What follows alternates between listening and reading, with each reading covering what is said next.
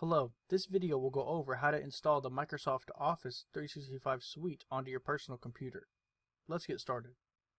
First, we're going to type in mail.asub.edu. Here, you're going to enter in your student email. It's going to be your first name, period, last name, @asub.edu.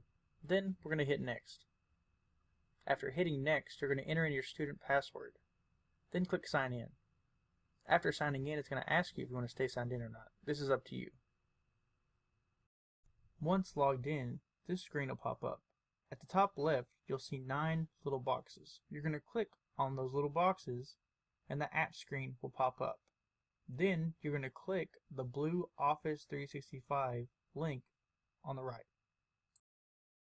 Once you're on the Office 365 page, click the drop down that says Install Office. Then click the Office 365 Apps button.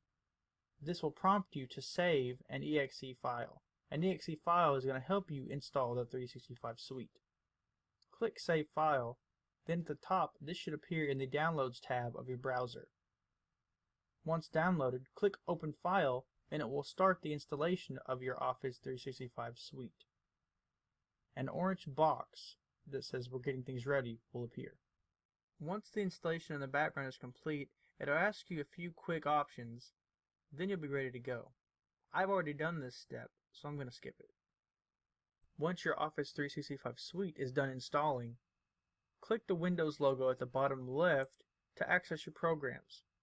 Then scroll to the M's. It'll either say Microsoft Office or Microsoft Office Suite.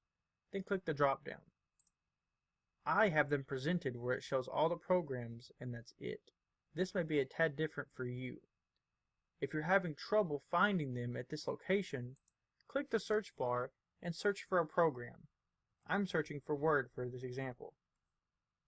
As you can see, Word appears and we're ready to go.